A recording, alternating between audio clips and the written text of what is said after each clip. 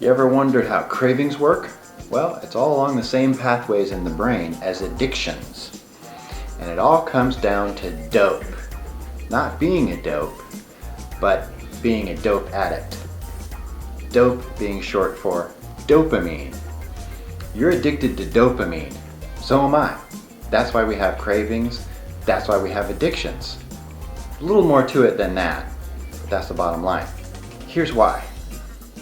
Every time you experience a craving or an urge to do some sort of addictive behavior, that craving or urge causes discomfort. Now your body wants to get you out of that discomfort, especially your brain.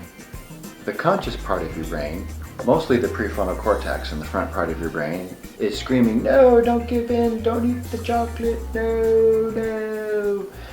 And the subconscious part of your brain is saying, do it, because this uncomfortable sensation is going to go away if you do. We've learned through repeated activity in the past that that works. And since the subconscious part of your brain operates at about the level of a 3-year-old, it decides, let's just do it, get it over with. And so it usually wins out over the PFC. Now, when you give into this craving, whether it be a food craving or addictive behavior, you will notice that you find temporary relief. It's very temporary. If you really pay close attention next time you're having this urge or this craving and you give in, it's really about the feeling leading up to giving in, because you're anticipating giving in. So it's anticipating the reward that actually feels better than getting the reward itself. Because once you give in and eat that thing, you don't feel as good as you thought you were going to feel. In fact, it's a little bit of a down from what you felt just prior to giving in. This is where dopamine comes in.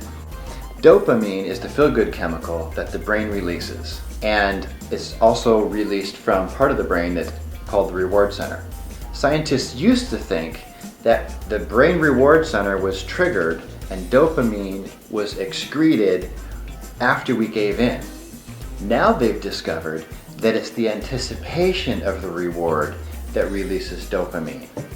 So when there's a gambler at the table, it's anticipating winning the blackjack with a whole bunch of money on there, not actually winning the blackjack, if that happens, that releases that dopamine.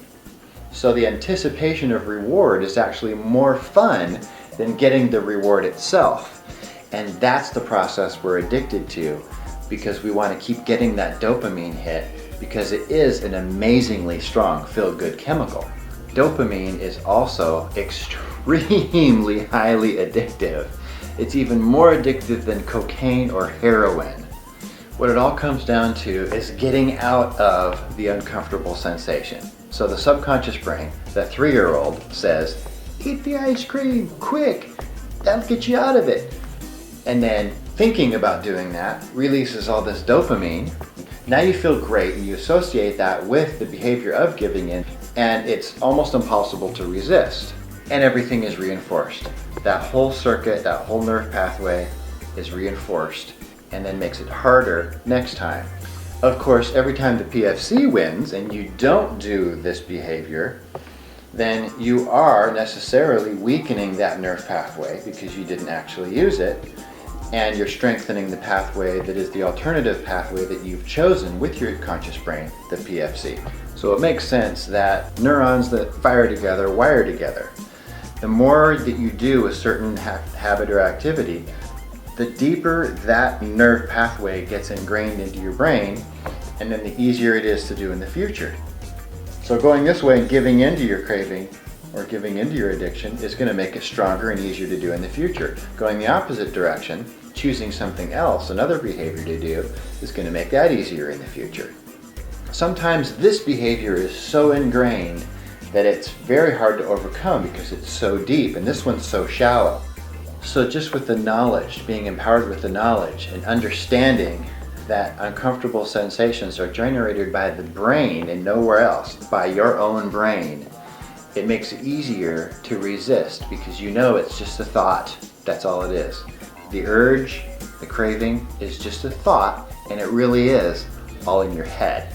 There's lots of strategies you can use with your PFC, your conscious brain, to override and overrule the subconscious brain. But today we're just going to talk about one of those strategies. Talk to your 3-year-old. Talk to it. When your 3-year-old is screaming out, saying, hey, give in, give in, give in, it's just throwing a temper tantrum. Put your 3-year-old in timeout. Say, okay, I know what you're doing. You can even give it a name. Christopher Craving or Ursula Urge. Yeah, name it. Call it by name. Call it out. Saying, okay, Ursula Urge, I know what you're doing. You're just having a temper tantrum. And calling it by name and telling it what you know it's doing takes the power away. Next, remind it that you're the parent, you're the boss, and you have the power, and you're going to retain that power.